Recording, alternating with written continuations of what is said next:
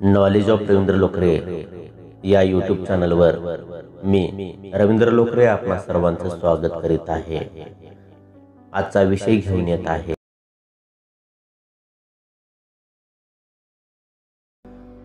ज्योतिराव गोविंदराव फुले हे 19व्या शतकातील एक महान विचारवंत, समाजसेवक, लेखक, क्रांतिकारी समाजसुधारक होते।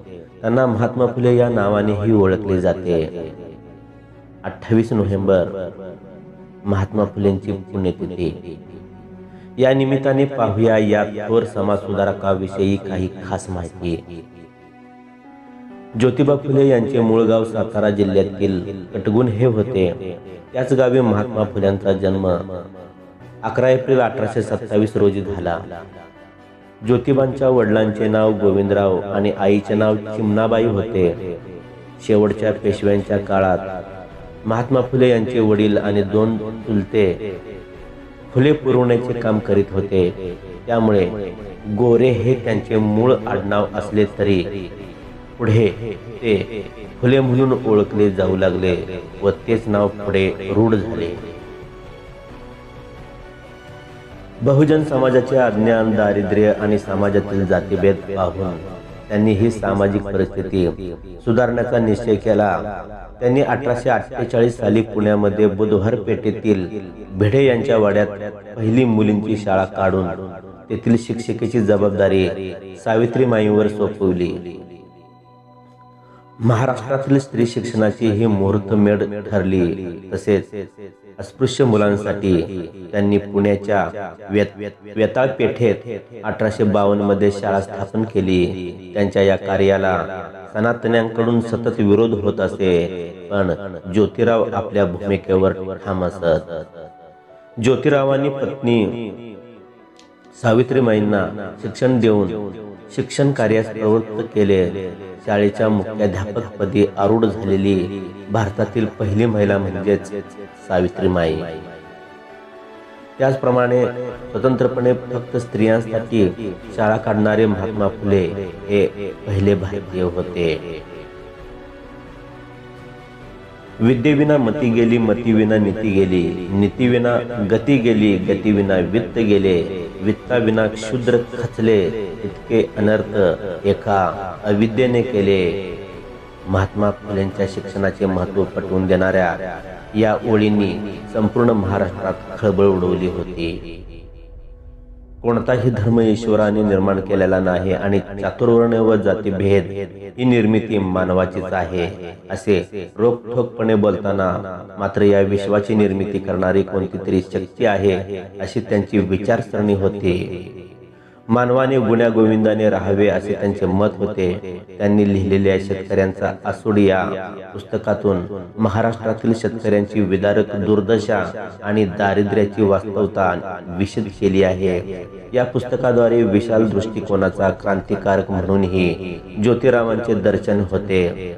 नीती हाच मानवी जीवनाचा आधार आहे हा विचार मांडणारे ज्योतिराव एक तत्वचिंतक व्यक्तिमत्व होते। महात्मा फुलेने सामाजिक प्रबोधन करण्यासाठी शेतकऱ्यांचा आसूड हा ग्रंथ लिहून सामाजिक प्रबोधन केले। मूलभूत मानवी हक्कांच्या आधारावरून विश्व कुटुंब असे निर्माण होईल व त्याकरता कशा प्रकारचे वर्तनक्रम व वैचारिक भूमिका स्वीकारली पाहिजे हे ज्योतिराव फुलेंनी आपल्या सार्वजनिक सत्यधर्म संहितेत अनेक वचनांच्या आधारे मांडली आहे। त्यातील काही महत्त्वाची वचने: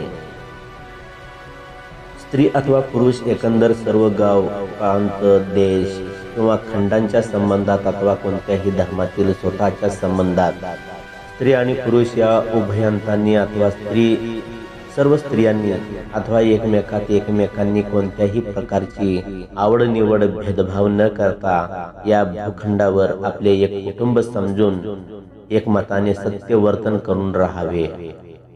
आपणा सर्वांच्या निर्माणकर्त्याने एकंदर सर्व प्राणी मात्रांना उत्पन्न करतेवेळी मनुष्यास जन्मतः सर्वत्र स्वतंत्र प्राणी म्हणून निर्माण केले आहे आणि त्यास आपापसात साऱ्या हक्कांचा उपभोग घेण्यास समर्थ केले आहे। आपणा सर्वांच्या निर्माणकर्त्याने सर्व मानवी स्त्री पुरुषांस धर्म व राजकीय स्वतंत्रता दिली आहे. तो आपल्यापासून दुसऱ्या एखाद्या व्यक्तीस कोणत्याही तऱ्हेचे नुकसान देत नाही, अथवा जो कोणी आपल्यावरून दुसऱ्या मानवांचे हक्क समजून इतरांना पीडा देत नाही त्याला सत्यवर्तन करणारा म्हणावे. आपल्या सर्वांच्या निर्मिकाने एकंदर सर्व स्त्री पुरुषांस एकंदर सर्व मानवी अधिकारांचे मुख्य धनी केले आहे.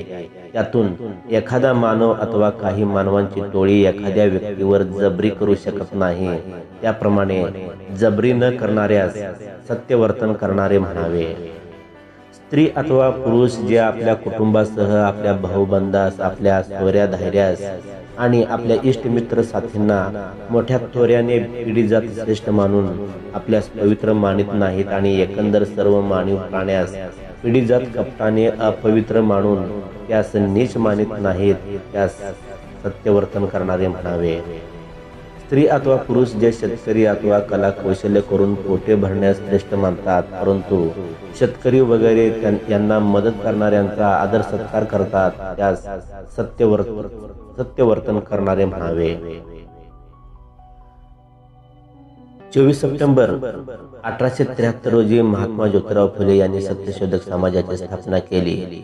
समाजातील विषमता नष्ट करणे व तळागाळातील समाजापर्यंत शिक्षण पोहोचवणे हे सत्यशोधक समाजाचे ध्येय होते. सत्यशोधक समाज सोसायटीचे ते पहिले अध्यक्ष आणि खजिनदार होते. वेदांना झुगारून त्यांनी हे कार्य करण्यास सुरुवात केली. त्यांनी जातीय भेद आणि चातुर्वर्णीय भेदभावास विरोध करण्यास सुरुवात केली. महात्मा फुले यांनी सत्यशोधक समाजाची स्थापना केली तेव्हा स्त्री विभागाचे नेतृत्व सावित्रीबाई यांनी केले.